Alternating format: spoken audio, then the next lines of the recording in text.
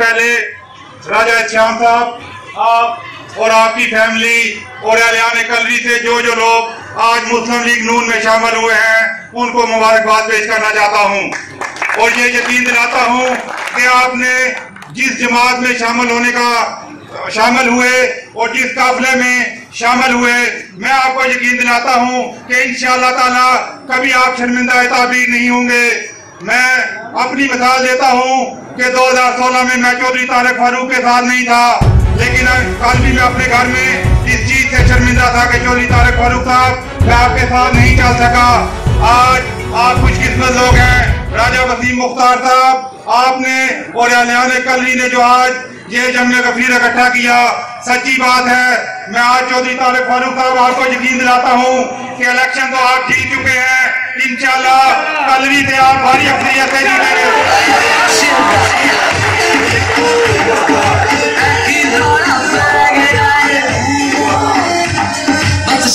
आज मैं चौधरी अनवारुल हक की कलरी खड़ा होकर मैसेज देना कि चौधरी अनवारुल हक अपनी जबान की लगाम दे, तू असेंबली ना इलेक्शन लड़े, कोई पिंबर लाड़िया के इलेक्शन में लगेगा।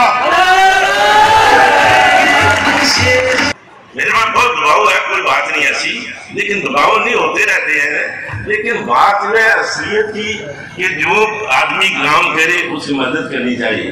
मैंने अपने गांव के लिए 2 टावर लगे हुए सामने आप देख रहे हैं, ये 2 टावर है। मैंने वक्फ किया हुआ गांव के लिए, कोई भी खराबी हो, कोई भी गांव के लिए जो कोई मुश्किलात हो, मैं टावर से पैसे अदा करूँ। 24 लाख रुपया मैंने वाटर सप्लाई पर खर्च किया है। लेकिन मुझे जब मैंने लगवाए थे ना, तो कुछ मौज़ीन मुझे कहते थे कि इन टावरों से कोरोना फैलेगा। नहीं, कोरोना नहीं, कैंसर फैलेगा। तो मैंने कहा चलो कैंसर फैलता है, लेकिन हम वाटर सप्लाई का बिल नहीं दे सकते। हमारे यहाँ लोग जो है गरीब है, इनके पास इतनी आमदन नहीं ये बिजली का बिल अदा करें, बाकी अखराजात पूरे करें।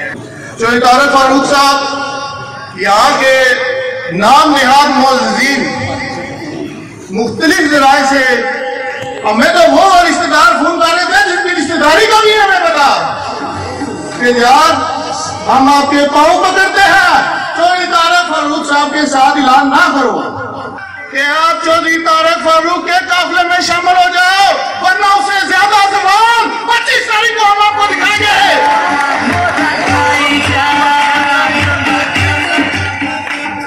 हमारे पता नहीं रियलिटी कर रहे हैं, जो भी है। मुझे फोन आया किसी का, वो खुद समझते हैं मैं किसको बोल रहा हूँ। अगर तो आप बोल रहे हैं प्यार से, बदमाशी से तो आप हमें बोल ही नहीं, वो जुबान ही अभी तक अल्लाह ताला ने पैदा नहीं की ऐसी कोई जो हमें बोले कि आप कंपेयर ना करें। अगर आप प्यार से बोल रहे हैं तो नेक्स्ट टाइम आपने हमारे साथ ऐसा कोई फोन पे बात करने की कोशिश की तो मैं आपकी जुबान बाहर निकाल दूंगा। आपको ये वादा कर देना चाहता हूँ, ये किसी के बाप की तकलीफ नहीं है कलरी, ये तारिक फारूक का पुलिस स्टेशन है कलरी। ये साबित भी हो गया है लोगों को।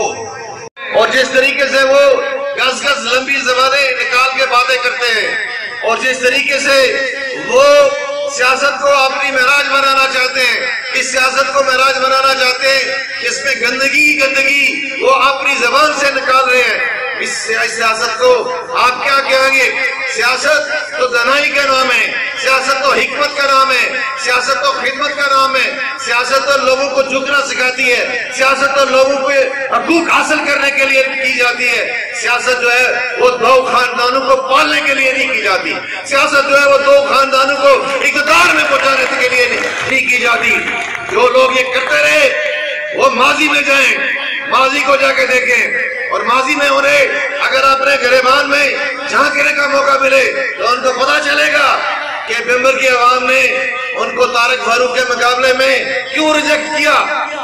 अगर उनका कॉन्शियस जिंदा है, अगर उनका ज़मीर जिंदा है तो उनको सोचना चाहिए कि क्या वजह थी कि वो बहुत सरमायादार थे, वो बड़े हजारादार थे, वो बड़े मशहूर थे, उनकी बड़े बड़ी तल्लकदारियां थी, लेकिन वो तल्लकदारियां होते हुए भी सियासत में आगे क्यों न जा सके।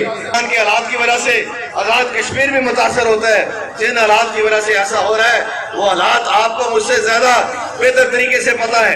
मैं उसमें कोई इजाफा नहीं करना चाहता, सिर्फ ये कहना चाहता हूँ कि ये जो मदारी हम टुकड़े की बचा रहे हैं, इनका अपना नजरिया है, इनका अपना एक मंशूर है, वो ये है कि एक ऊपर बैठ जाएगा, एक नीचे बैठ जाएगा और फिर उसके बाद आवाम को नजर नहीं आना, फिर सुलेमानी टोपी पहन लेनी है और फिर यहाँ से निकल जाना है और अपना अपना काम करना है। ये पहले भी आपने देखा।